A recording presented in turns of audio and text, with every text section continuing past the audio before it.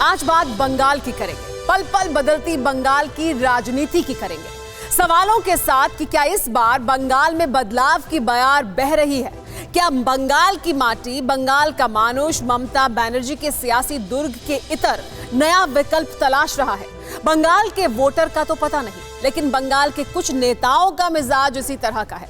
बंगाल को लेकर 3 बड़ी खबरें सामने आई हैं। 24 घंटे में टीएमसी को 5 बड़े झटके लगे हैं। ममता बनर्जी ने आज पार्टी नेताओं के साथ मीटिंग की है और गृह मंत्री अमित शाह चंद घंटे बाद बंगाल दौरे पर पहुंचने वाले हैं।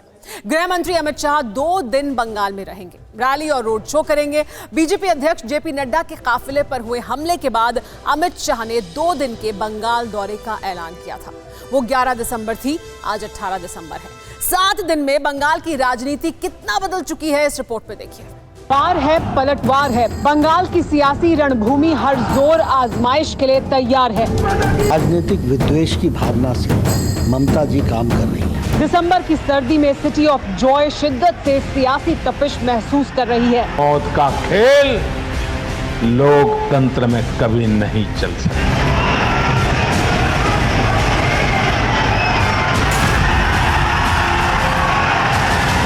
केसरिया ब्रिगेड ने जब से बंगाल में लैंडिंग की है, तभी से बंगाल की राजनीति का पारा लगातार बढ़ता जा रहा है। 2021 के चुनाव में भारतीय जनता पार्टी 200 सीट पार करेगी और सरकार बनाएगी। जो बात है, हालात है, उससे इतना तो तय है कि आने वाले 5 महीने तक बंगाल की सियासत हर सस्पेंस थ्रिलर को मात देने वाली है। पाकिस्तान को बात नहीं सुनने चाहता है। बीजेपी का टारगेट तय है, 200 सीटें जीतनी हैं। दीदी के 10 साल पुराने दुर्ग को ढाना है। इसीलिए बंगाल की चुनावी राजनीति के सबसे बड़े मिशन को अंजाम तक पहुंचाने के लिए बीजेपी ने पूरी ताकत झोंक दी है। अब से करीब 1.5 घंटे के बाद अमित शाह बंगाल पहुंचेंगे। इस दौरे के दौरान रोड शो भी होगा, रैली भी होगी और किसान के घर लंच भी होगा। लेकिन सबसे ज्यादा खौफ इस वक्त टीएमसी खेमे में है। जानने चाहते हैं क्यों? तो देखिए। बीजेपी कई साल से बंगाल में अपनी सियासी जमीन मजबूत करती रही है, जिसे अब मंजिल तक पहुंचाने का वक्त आ चुका है। इसीलिए भगवा परचम लहराने के लिए बीजेपी के दिग्गजों की पूरी टीम बंगाल के मिशन में जुट चुकी है।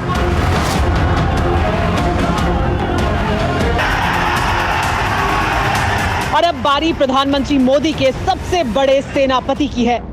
2 दिन के दौरे पर अमित शाह पश्चिम बंगाल में एक रोड शो करेंगे, एक रैली को भी संबोधित करेंगे, 2 जिलों के कार्यकर्ताओं को संबोधित करेंगे। बीरभूम में भी एक रोड शो में शामिल हो सकते हैं। विश्व भारती विश्वविद्यालय का दौरा भी कर सकते हैं। इसके अलावा वो एक किसान और एक लोक गायक के परिवार के साथ खाना भी खाएंगे।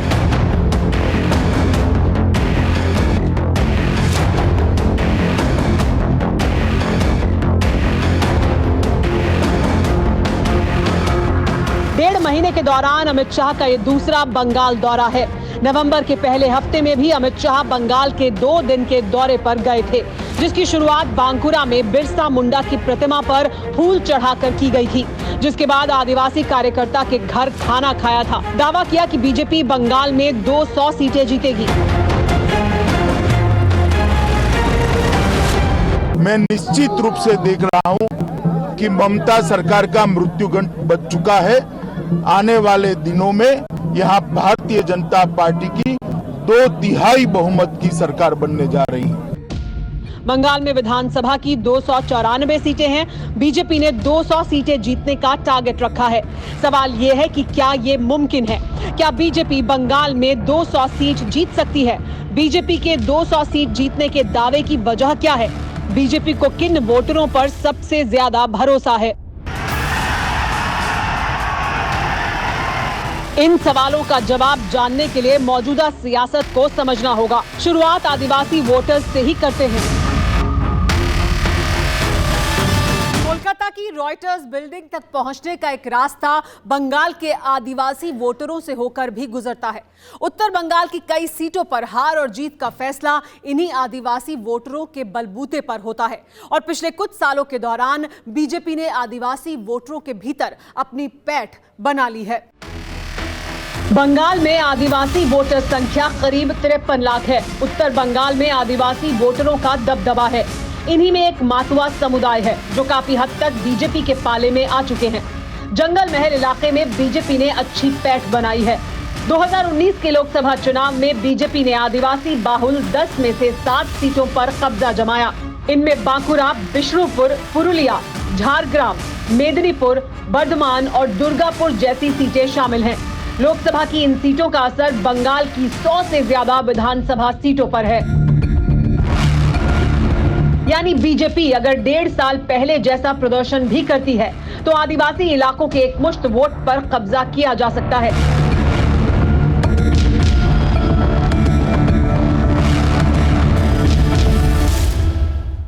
इसीलिए बीजेपी का पूरा फोकस आदिवासी वोटरों पर है।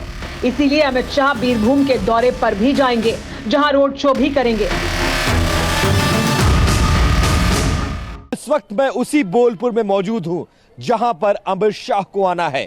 ये जो गेट देख रहे हैं ये वही जगह है जहां से अमित शाह एक रोड शो की शुरुआत करेंगे और लगभग 900 मीटर से 1 किलोमीटर तक ये रोड शो चलना है और शहर के सेंटर पॉइंट पे जाके वहां खत्म होगा और वहां से एक जनसभा छोटी सी करेंगे। और आपको तस्वीरें दिखा दें, ये बोलपुर, वीरभूमि का बोलपुर जगह है।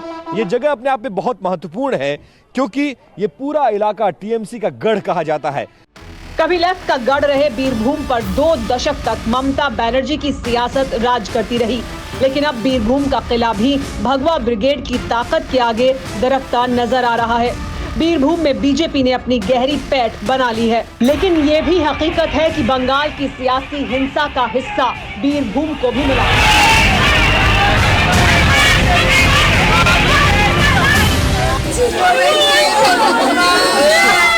हफ्ते भर पहले बीरभूम में बीजेपी के कार्यकर्ता सुखदेव प्रमाणिक की हत्या कर दी गई, जिसका इल्जाम टीएमसी पर लगा। जेपी नड्डा पर हमले के विरोध में बीजेपी ने बीरभूम में प्रदर्शन किया था।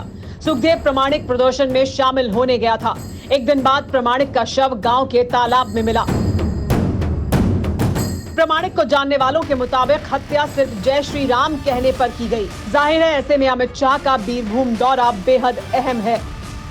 दरअसल बोलपुर आने का उनका मकसद ये है कि वो ममता के गढ़ में सेंध लगा पाए और ये वो धरती है जिसको ममता बनर्जी ने लेफ्ट के हाथों से कभी एक जमाने में छीना था और अपना गढ़ बनाया था। अब 10 सालों तक वो इस गढ़ पर राज कर चुकी हैं, लेकिन इस गढ़ पर अब बीजेपी की नजर है।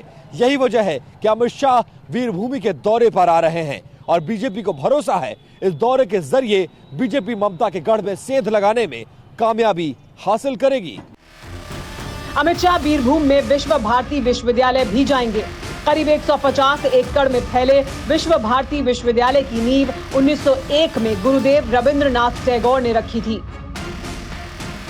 इस वक्त आप विश्व भारती शांति निकेतन की तस्वीरें देख रहे हैं। ये उसका मेन गेट है और इसके अंदर सेंट्रल लाइब्रेरी है जहां पर जो वीसी का ऑफिस है वहां पर वीसी से मुलाकात करेंगे और उनसे बातचीत करेंगे। और इसके अलावा यहाँ जो अध्यापक पढ़ाते हैं उनसे भी यहाँ के ऑडिटोरियम में मुलाकात करने का कार्यक्रम रखा गया है। और आपको बताते चले कि विश्व भारती शांति निकेतन के जो चांसलर हैं वो देश के प्रधानमंत्री नरेंद्र मोदी हैं और थोड़े दिन पहले ये यूनिवर्सिटी इसलिए भी चर्चा में आई थी क्योंकि इसके कुछ स्ट्रक्चर को पश्चिम बंगाल सरकार के आदेश पर तोड़ा गया था और उस वक्त विवाद भी हुआ था। उस विवाद के बाद पहली बार गृहमंत्री बोलपुर आ रहे हैं, वीरभूमि की इस धरती पर आ रहे हैं। दीदी का दुर्ग फतह करने के लिए बीजेपी हर वोटर तक पहुंचना चाहती है। नौजवान, किसान से लेकर कलाकार तक को साधना है। अमित शाह बीरभूम में लोक गायक के परिवार के साथ खाना भी खाएंगे। TV9 भारतवर्ष के रिपोर्टर विपिन चौबे भी इस लोक कलाकार के घर पहुंचे। अभी तक आप अपने पति के लिए, अपने बच्चों के लिए खाना बनाती थी, अब देश के गृहमंत्री आपके हाथ का खाना, इन्हीं सुंदर हाथों के खाना खाने आ रहे हैं। खुश हैं आप? आपको हमें खुशी खुशी है? हमें खुशी। क्या बनाएंगे ये बताइए, खाने का मेन्यू क्या होगा उस दिन? आलू पोस्त, पालंग शाकेर तरकारी, डाल और पटल भजा, बेगुन भजा। अच्छा, इतनी सारी चीजें बनाएंगी अकेले? चलिए, खुश हैं आप? अच्छा, हिंदी में थोड़ा बोलने में प्रॉब्लम है, समस्या है ना? हम सब समझते हैं। समझता है? बोलता है कि नहीं बोलता है? नहीं बोलता नहीं है, समझता है। तो दादा गाना सुनाएंगे और अम्मा खाना बनाएंगी और इसको गाना सुनने देश के गृहमंत्री आ रहे हैं और खाना खाने देश के गृहमंत्री आ रहे हैं। बंगाल में लोक कलाकारों की बड़ी संख्या है। इनमें से ज्यादातर उत्तर बंगाल के इलाकों में है। बीजेपी की टॉप लीडरशिप बंगाल के एक एक वोटर को साधने के मिशन में जुटी है।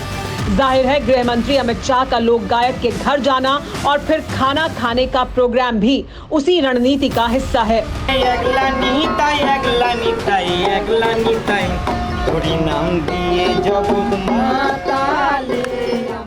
अड़ी सोमवार से शुक्रवार शाम 6 बजे सिर्फ TV9 भारतवर्ष पर।